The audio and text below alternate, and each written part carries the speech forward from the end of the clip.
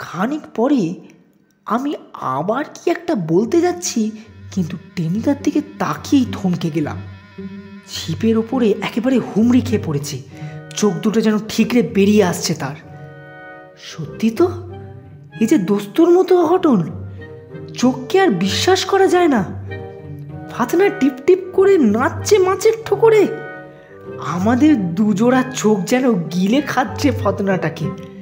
দু হাতে ছিপটাকে আঁকড়ে ধরেছে টেনিদা, আর একটু গেলেই হয়। আমাদের বুক ঢিপ ঢিপ করছে সঙ্গে সঙ্গে। আমি চাপা গলায় চেঁচিয়ে উঠলাম, টেনিদা! জয় বাবা মেছু পেতনি।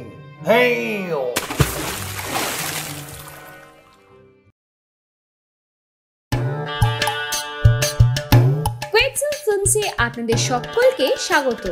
কোয়েটসেল ফিল্মস রাইটার্স চয়েসে আজ বিশেষ নিবেদন নারায়ণ গঙ্গোপাধ্যায় রচিত টেনিদার অ্যাডভেঞ্চার কাহিনী মৎস্য পুরাণ। নারায়ণ গঙ্গোপাধ্যায়ের জন্ম 4 ফেব্রুয়ারি 1918 সালে। ক্যালকাটা ইউনিভার্সিটিতে বাংলায় এমএতে তিনি ফার্স্ট ক্লাস পেয়ে পরবর্তীকালে সিটি কলেজ ও ক্যালকাটা ইউনিভার্সিটিতে অধ্যাপনা করে থাকেন। বাংলা পাঠকদের কাছে তিনি পরিচিত টেনিদার স্রষ্টা হিসেবে। এছাড়াও তিনি লিখে গেছেন অজস্র ছোট গল্প ও উপন্যাস। আজকের গল্প পাঠে শক্তিক দে, টেনিদার ভূমিকায় শ্রী বিজয় কুমার বাসু, সূত্রধর আমি সৈমি ব্যানার্জি। শুরু হচ্ছে মৎস্য পুরাণ।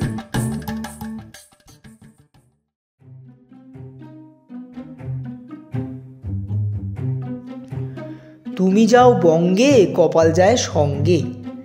বঙ্গে আর যাব কোথায়, বঙ্গেই তো আছি। একেবারে ভেজালহীন খাঁটি বঙ্গ সন্তান। আসলে গিয়েছিলাম বঙ্গেশ্বরী মিষ্টান্ন ভাণ্ডারে।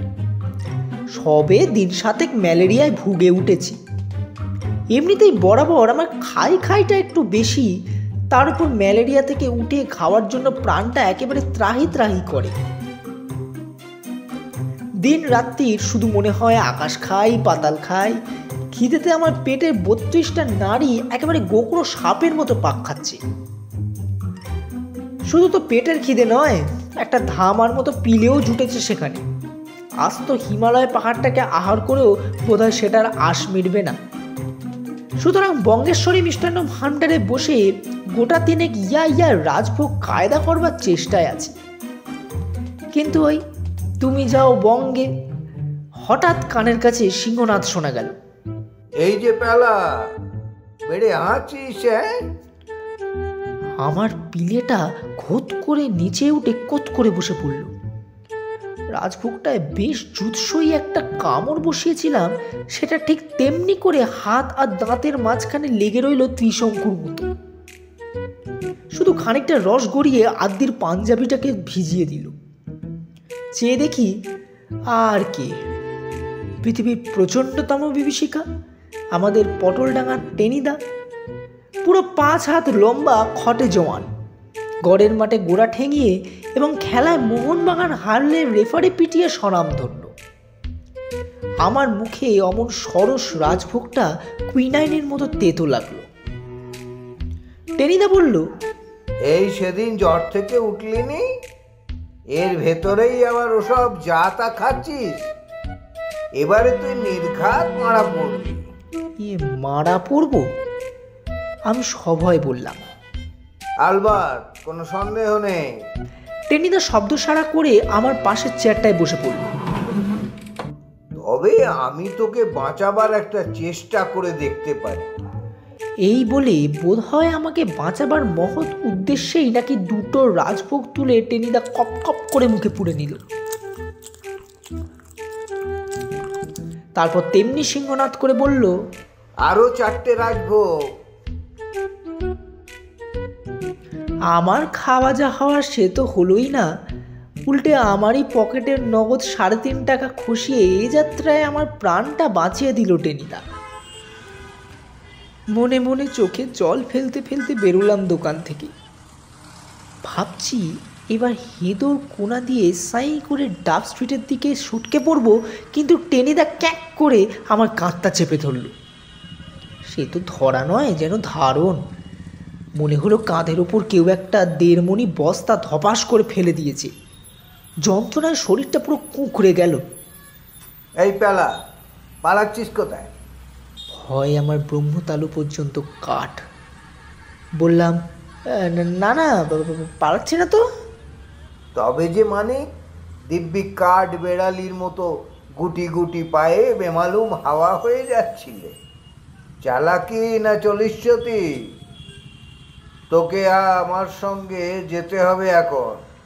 কোথায়? দমদমায়। আমি অবাক হয়ে বললাম, দমদমায় কেন? টেনিদা চটে উঠল। তুই একটা গাধা। আমি বললাম, গাধা হওয়ার মতো কি করলাম? আর কি করবি? ধোপার মোট বইবি, ধাপার মাঠে কচি কচি ঘাস খাবি, প্যাহঁ প্যাহঁ করে চিৎকার করবি। আজ রবিবার, দমদমায় মাছ ধরতে যাব। এটা কেন বুঝিস নে উজবুক কোথাকার? হ্যাঁ, তো মাছ ধরতে যাবে তো যাও না, আমাকে নিয়ে টানাটানি করছো কেন? তুই না গেলে আমার বড়শিতে টোপ গেঁথে দেবে কে শুনি? কেঁচো টেচো বাবা আমি হাত দিয়ে ঘাঁটতে পারবো না, সে বলে দিচ্ছি। বারে, তুমি মাছ ধরবে আর কেঁচোর বেলায় আমি? নে, রাস্তায় দাঁড়িয়ে এখন আর ফ্যাঁচ প্যাচ করতে হবে না। চটপট চল শিয়ালদায়, 15 মিনিটের মধ্যে একটা ট্রেন আছে। আমি দাঁড়িয়ে ইতস্তত করছি, টেনিদা একটা হ্যাঁচকা টান মারল। আমি রীতিমতো আর্তনাদ করে উঠলাম, ওরে বাবা, গেছি গেছি গেছি গেছি, ওরে বাবা রে, ওরে বাবা! টানের চোটে হাতটা আমার কাঁধ থেকে উপড়ে এলো বোধ হয়। যাবি কোথায়? আমার সঙ্গে দমদমায় না গেলে তোকে আর কোথাও যেতে দিচ্ছে কে? চল চল, রেডি, 1 2। কিন্তু 3 বলবার আগেই আমি যেন হঠাৎ দুটো পাখনা মেলে হাওয়ায় উড়ে গেলাম। মাথা ঝিমঝিম করতে লাগলো, কানে শব্দ বাজতে লাগলো ভোঁ ভোঁ করে।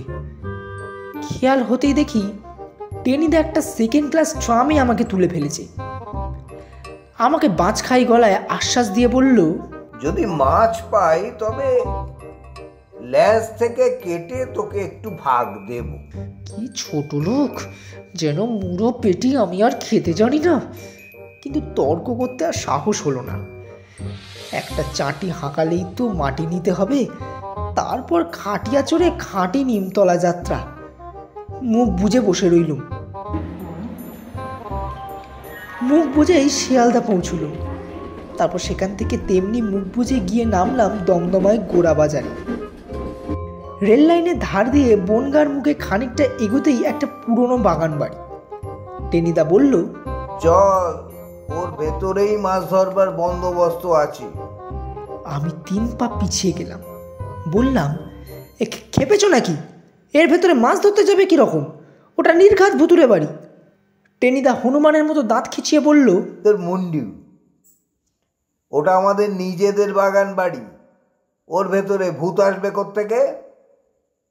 আর যদি আসেও তো এক ঘুষিতে ভূতের 32টা দাঁত উড়িয়ে দেব। আয় আয়। রাম রাম রাম রাম রাম রাম রাম রাম রাম রাম রাম রাম রাম রাম রাম রাম রাম রাম। মনে মনে রাম নাম জপ করতে করতে আমি টেনিদার পিছনে পিছনে পা বাড়ালাম। বাগান বাড়িটা বাইরে থেকে যতটা জংলা মনে হচ্ছিল, ভেতরে তা নয়। একটা মস্ত ফুলের বাগান। এখন অবশ্য ফুল টুল বিশেষ কিছু নেই, কিন্তু পাথরের কতগুলো মূর্তি এদিকে ওদিকে ছড়ানো রয়েছে। কিছু কিছু ফলের গাছ, যেমন আম, লিচু, নারকেল, এইসব। মাঝখানে পুরনো ধরনের একখানা ছোট্ট বাড়ি, যেটা দেওয়াল থেকে চুন খসে গেছে আর ইট ঝরে পড়েছে এদিকে ওদিকে। তবু বেশ সুন্দর একটা বাড়ি। মস্ত বারান্দা, তাতে খান কয়েক বেতের চেয়ার পাতা।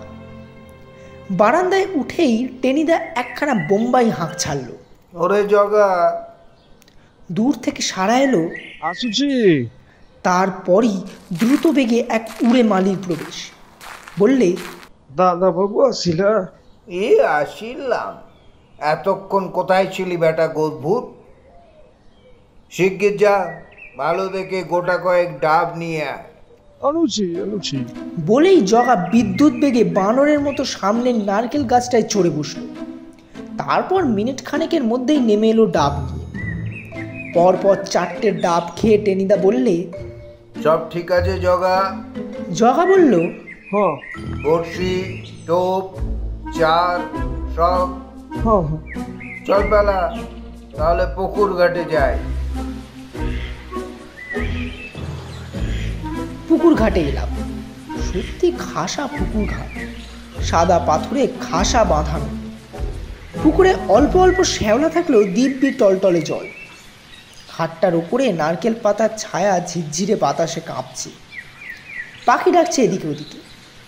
মাছ ধরবার পক্ষে চমৎকার জায়গা। ঘাটটার উপরে দুটো বড় বড় হুইল বড়শির দুটো চেহারা দেখলে মনে হয় যেন হাঙর কুমির ধরবার মতলব আছে। টেনিদা আবার বলল, চার করেছিস জগা? হ্যাঁ কেঁচো তুলেছিস? হ্যাঁ। তবে যা, তুই আমাদের জন্য খিচুড়ির ব্যবস্থা করবে। আয় পেলা, এবার আমরা কাজে লেগে যাই। নে বড়শিতে কেঁচো গাঁথ। আমি কাঁদো কাঁদো মুখে বললাম, এ মানে কেঁচো গাঁথবো? নইলে কি তোর মুখ দেখতে এখানে এনেছি নাকি? ওই তো বাংলার পাঁচের মতো মুখ।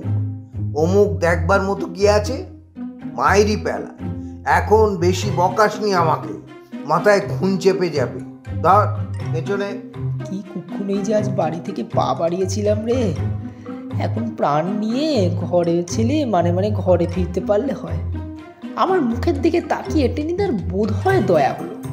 বলল, নে নে, মন খারাপ করিসনি। আচ্ছা আচ্ছা, মাছ পেলে আমি মুড়োটা নেব, আর সব তোর। বদ্দর লোকের এক কথায়। নে এখন কেঁচো গাঁথ। মাছ টেনিদা যা পাবে সে তো আমার জানাই আছে। লাভের মধ্যে আমার খানিক কেঁচো ঘাঁটাই সার। এরই নাম পোড়া কপাল। কিন্তু ওই ভদ্রলোকের এক কথা, সে যে কি সাংঘাতিক কথা সেটা টেনিদা টের পেল একটু পর। ছিপ ফেলে দিব্যি বসে আছি তো বসেই আছি। জলের দিকে তাকিয়ে তাকিয়ে চোখ ব্যথা করতে লাগলো। জলের ওপর ফাতনাটি একেবারে গড়ের মাঠের মনুমেন্টের মতো খাড়া হয়ে আছে, একেবারে নট নরমচরণ, কিচ্ছু না। আমি বললাম, টেনিদা মাছ কই? টেনিদা বললে, চুপ, কথা বলিসনি, মাছে ভয় পাবে।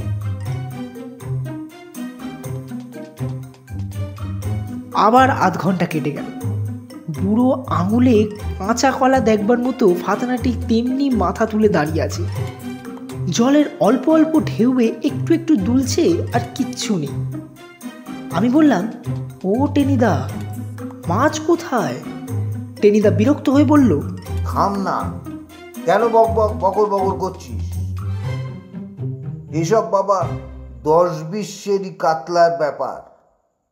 এ কি সহজে আসে? এ তো একেবারে পেল্লায় কাণ্ড। নে মুখে ইস্কো পেটে বসে থাক। ফের চুপচাপ। খানিক পরে আমি আবার কি একটা বলতে যাচ্ছি, কিন্তু টেনিদার দিকে তাকিয়েই থমকে গেলাম। ছিপের ওপরে একেবারে হুমড়ি খেয়ে পড়েছে, চোখ দুটো যেন ঠিকরে বেরিয়ে আসছে তার। সত্যি তো, এই যে দোস্তর মতো অঘটন, চোখকে আর বিশ্বাস করা যায় না। ফাতনা টিপ টিপ করে নাচছে মাছের ঠোকরে। আমাদের দুজোড়া চোখ যেন গিলে খাচ্ছে ফাতনাটাকে।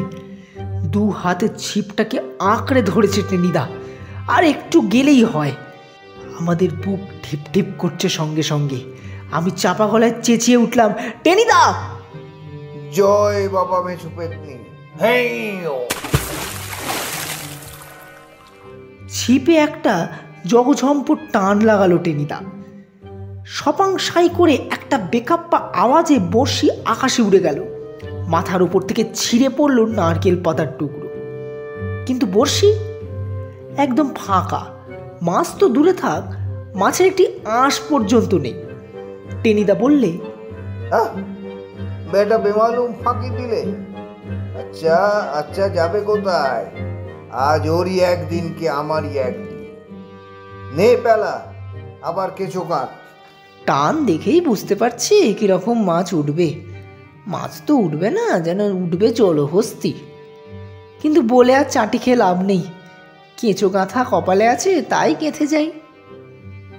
কিন্তু টেনিদার চারে আজ বোধহয় গন্ডা গন্ডা রুই কাতলা কিলবিল করছে।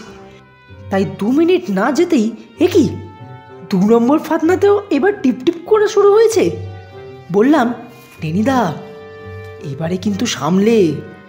টেনিদা বললে, আর ফসকায় বারে বারে ঘুঘু তুমি। কিন্তু কথা বলিসনি পেলা, চোখ টিপ টিপ টিপ টপ। সাঁ করে বর্ষি আকাশে উঠল, আবার ছিঁড়ে পড়লো নারকেল পাতা। কিন্তু মাছ, হায় রে, মাছই নেই। টেনিদা বললে, এবারেও পালালো। উফ, জোর বরাত বেটা। আচ্ছা, দেখে নিচ্ছি। কেঁচো গাছ পেলা, আজ স্পার কি ও স্পার। তাজ্জব লাগিয়ে দিল বটে। বড়শি ফেলবা মাত্র ফাতনা ডুবিয়ে নিচ্ছে, অথচ টানলেই ফাঁকা। কি ব্যাপার? এমন তো হয় না, হওয়ার কথাও নয়। টেনিদা মাথা চুলকোতে লাগলো। পরপর গোটা আষ্টে টানের চোটে মাথার ওপরে নারকেল গাছটাই নেড়ামুড়ো হয়ে গেল, কিন্তু মাছের এক টুকরো আঁশও দেখা গেল না।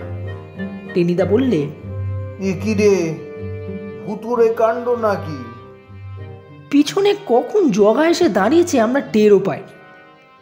হঠাৎ পানে রাঙা এক মুখ হেসে জগা বলল, আগে ভূতানো হ্যাঁ, কঙ্কর আছি। কাঁকড়া মানে কাঁকড়া? তবে আজ কাঁকড়ার বাপের শ্রাদ্ধ করে আমার শান্তি। আকাশ কাঁপিয়ে হুঙ্কার ছাড়ল টেনিদা। বসে বসে নিশ্চিন্তে আমার চার আর টোপ খাচ্ছি, খাওয়া বের করে দিচ্ছি। একটা বড় দেখে ডালা কিংবা ধামা নিয়ে আয় তো জগা। আমি অবাক হয়ে বললাম, ডালা, ধামা, তাতে কি হবে? তুই চুপ কর পেলা, বকালেই চাটি লাগাবো। দৌড়ে যা জগা, ধামা নিয়ে আয়। আমি সভায় ভাবলাম, টেনিদার কি মাথা খারাপ হয়ে গেল নাকি? ধামা হাতে করে পুকুরে মাছ ধরতে নামবে এবারে? কিন্তু যা ঘটল তা হলো একটা দেখবার মতো ঘটনা। সাবাস একখানা খেল, একেবারে ভানুমতির খেল। এবার ফাতনা ডুবাতেই আর হইয়া শব্দের টান দিতে হলো না টেনিদাকে। আস্তে আস্তে অতি সাবধানে বড়শিটাকে ঘাটের দিকে টানতে লাগলো। তারপর বড়শিটা যখন একেবারে কাছে চলে এসছে, তখন দেখা গেল মস্ত একটা লাল রঙের কাঁকড়া বড়শিটাকে প্রাণপণে আঁকড়ে আছে। টেনিদা বললে, বড়শি জলের ওপর তুললেই ও ব্যাটা ছেড়ে দেবে। বড়শি আমি তোলবার আগে ঠিক জলের তলায় ধামাটা পেতে ধরবি, বুঝলি জগা? তারপর দেখা যাবে কে বেশি চালাক, আমি না ব্যাটার ছেলে কাঁকড়া। তারপর আরম্ভ হলো সত্যিকারের শিকার পর্ব। টেনিদার বুদ্ধের কাছে একেবারে কাঁকড়ার দল ঘায়েল। আধ ঘন্টার মধ্যে ধামা বোঝাই, দুটো প্রকাণ্ড প্রকাণ্ড হুইলের শিকার 2 কড়ি কাঁকড়া।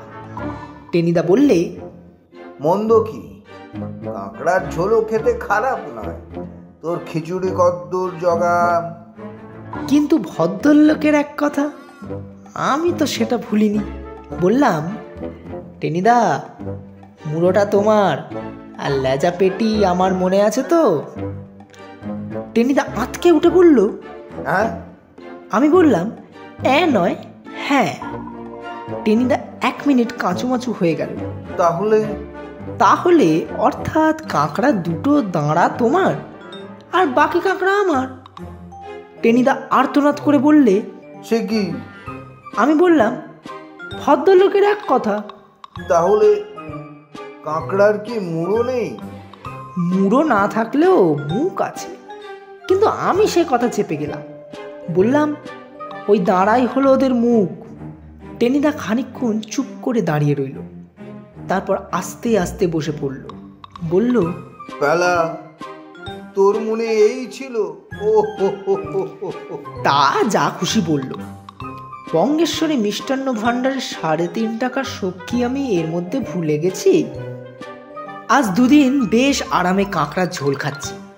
টেনিদা দাঁড়া কিরম খাচ্ছে সেটা বলতে পারবো না, কারণ রাস্তায় সেদিনকে আমাকে দেখেও ঘাড় গুজে গো গো করে চলে গেল, যেন চিনতেই পারেনি।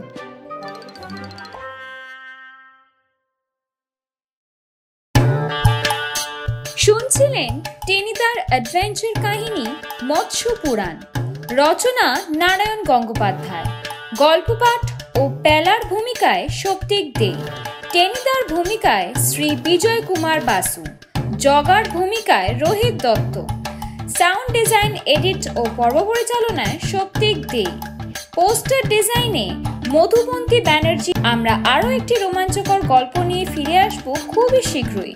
অসংখ্য ধন্যবাদ আমাদের সঙ্গে থাকার জন্য।